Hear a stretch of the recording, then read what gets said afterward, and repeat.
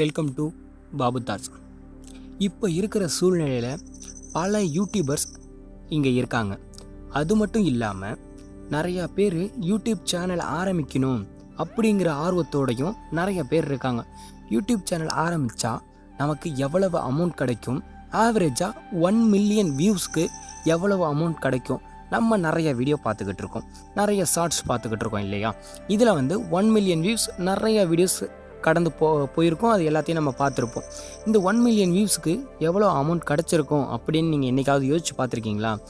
புதுசாக YouTube channel ஆரம்பிக்கிறவங்களுக்கும் சரி, ஏற்கனவே யூடியூப் சேனல் ரன் பண்ணிக்கிட்டு இருக்கவங்களுக்கும் சரி, 1 மில்லியன் வியூஸ்க்கு ஆவரேஜாக எவ்வளோ அமௌண்ட் கிடைக்கும் அப்படின்னு உங்களுக்கு கன்ஃபியூஸ்டாக இருந்துச்சுன்னா கண்டிப்பாக இந்த வீடியோ உங்களுக்கு தான். மறக்காமல் ஸ்கிப் பண்ணாமல் இந்த வீடியோவை ஃபுல்லாக பாருங்கள், தெரிஞ்சுக்கலாம்.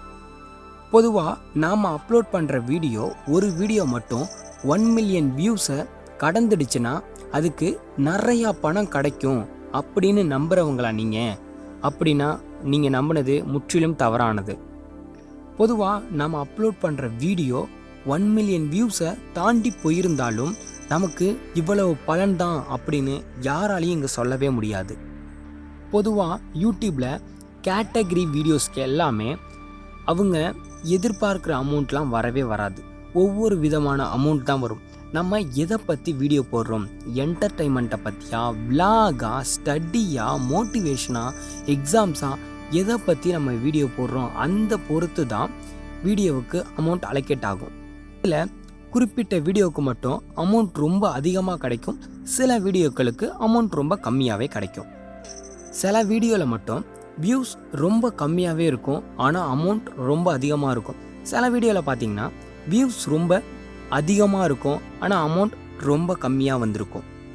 ஆக நம்ம போடுற வீடியோவில் தான் அதை பொறுத்து தான் நமக்கு அமௌண்ட் அதிகமாக வருதா கம்மியாக வருதா அப்படிங்கிற நம்ம கொடுக்குற கண்டென்ட், நம்ம போடுற வீடியோ எந்த கேட்டகரி, அதை பொறுத்து தான் நமக்கு அமௌண்ட் அதிகமாகவும் கம்மியாகவும் வரும்.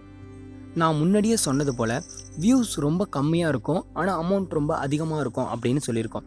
அந்த வீடியோவில் அப்படி என்ன தான் இருந்திருக்குன்னா அதில் வர ஆட்சென்ஸ், அதாவது விளம்பரம் அந்த வீடியோவில் ரொம்ப அதிகமாக இருந்திருக்கும். அதனால அதில் வியூஸ் ரொம்ப கம்மியாக இருந்தாலும் அமௌண்ட் கொஞ்சம் அதிகமாக கிடச்சிருக்கும்.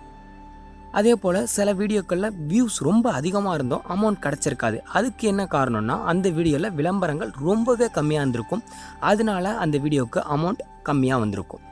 ஆக மொத்தம் நம்ம போடுற வீடியோ எந்த கேட்டகரி ப்ளஸ் அதுக்கு எவ்வளவு ஆட்சென்ஸ், அதாவது விளம்பரங்கள் வருதோ அதை பொறுத்து தான் நமக்கு அமௌண்ட் அலோகேட் ஆகுது.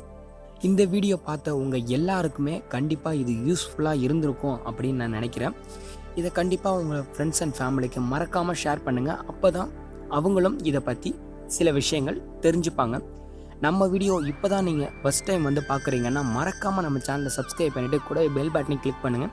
அப்போ தான் நான் போடுற வீடியோ உங்களுக்கு உடனுக்குடனே அப்டேட் ஆகும். உங்களில் பல பேருக்கு சில விஷயங்களை தெரிஞ்சுக்கணும், சில விஷயங்களில் சந்தேகமாக இருக்குது அப்படின்னு நினைக்கிற பட்சத்தில் அந்த விஷயங்களை பற்றி நம்ம சேனலில் கண்டிப்பாக கமெண்ட் பண்ணுங்கள். அதை பற்றி கூடிய விரைவில் நம்ம வீடியோவாக அப்லோட் பண்ணுவோம். நம்ம எல்லாருமே அதை பற்றி தெரிஞ்சுக்கலாம்.